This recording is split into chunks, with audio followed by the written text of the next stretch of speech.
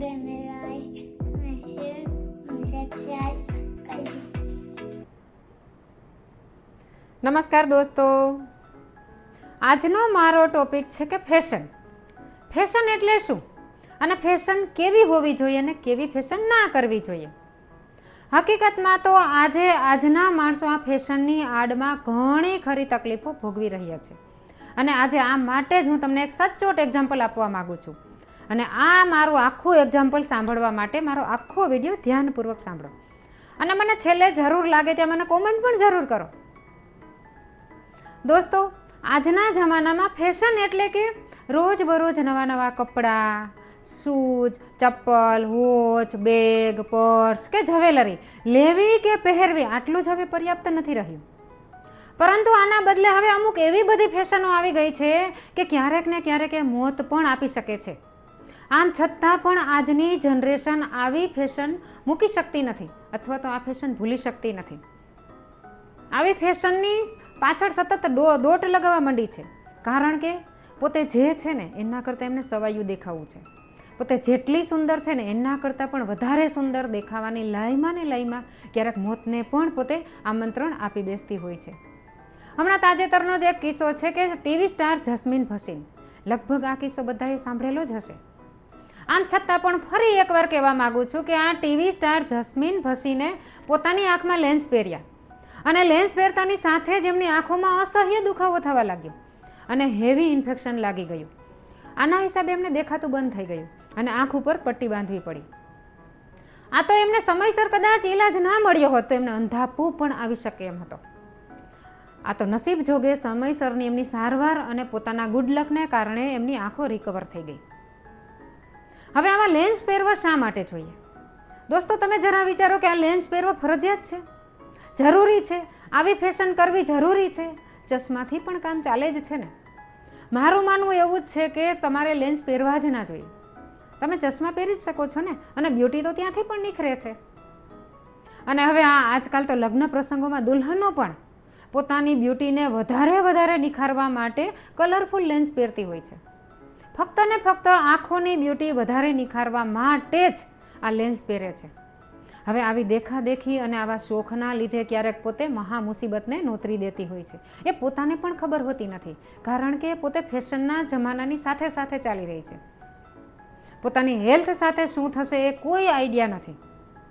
અહીં કહેવાનો મારો મતલબ એ છે કે તમે ફેશન જરૂર કરો, પરંતુ એવી ફેશન પણ ના કરો કે જે તમને લોંગ ટાઈમે જીવલેણ બીમારી કે મોત પણ આપી શકે.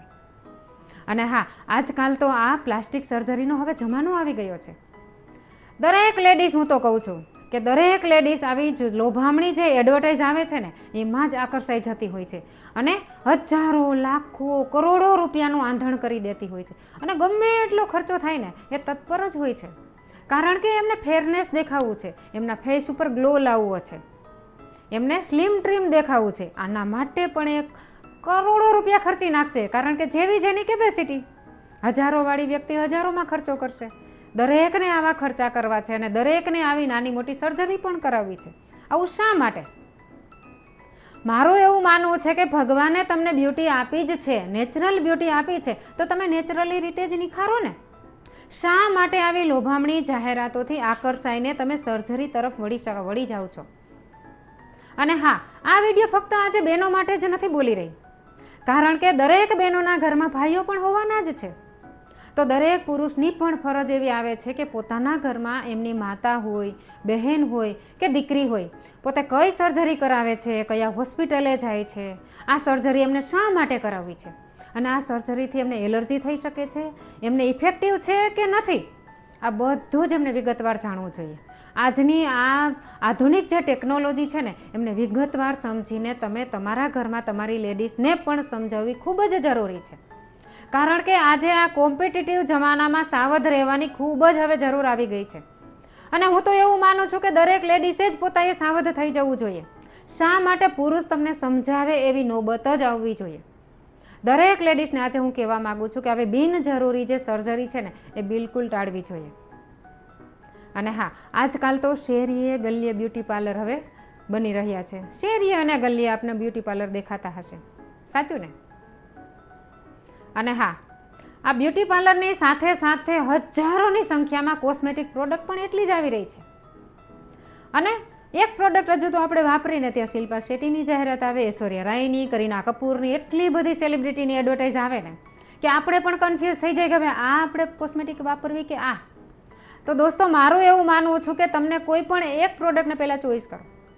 હવે આ પ્રોડક્ટ બને ત્યાં સુધી આયુર્વેદિક જેવી પ્રોડક્ટને ચોઈસ કરો અને આ પ્રોડક્ટને તમે સતત વળગી રહ્યો જ્યાં સુધી તમને કોઈ ઇસ્યુ નથી આવતો. શા માટે તમારે રોજબરોજ આવી પ્રોડક્ટ ચેન્જ કરવી જોઈએ? આવા કોસ્મેટિક ચેન્જ કરવાથી શું ફાયદો છે? ક્યાંક ને ક્યાંક તમારી બોડીને, તમારી સ્કિનને નુકસાન થઈ રહ્યું છે.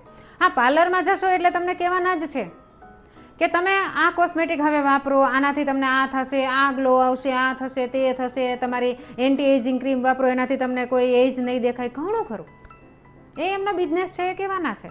એવી જ રીતે ડૉક્ટર જે સર્જન હશે, સર્જરી કરતા હશે, પ્લાસ્ટિક સર્જરી જેવી ઘણી બધી, કે તમારે હવે આ સર્જરીની જરૂર છે, તમે આ સર્જરી કરાવો એટલે તમે સ્લિમ ટ્રીમ દેખાશો, અથવા તો તમારા ફેસ પર ગ્લો દેખાશે, પિમ્પલ્સ નીકળી જશે. આવી તો ઘણી બધી સર્જરી, કારણ કે એમનો એ બિઝનેસ છે એટલે કહેવાના છે.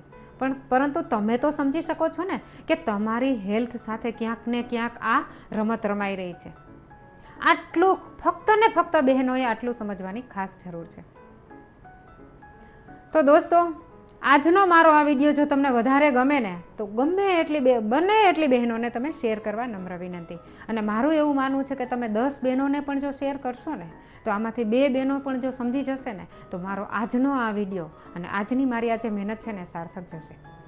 તો તમે પણ મારો આ વિડીયોમાં સહભાગી જરૂર બનો. ધન્યવાદ.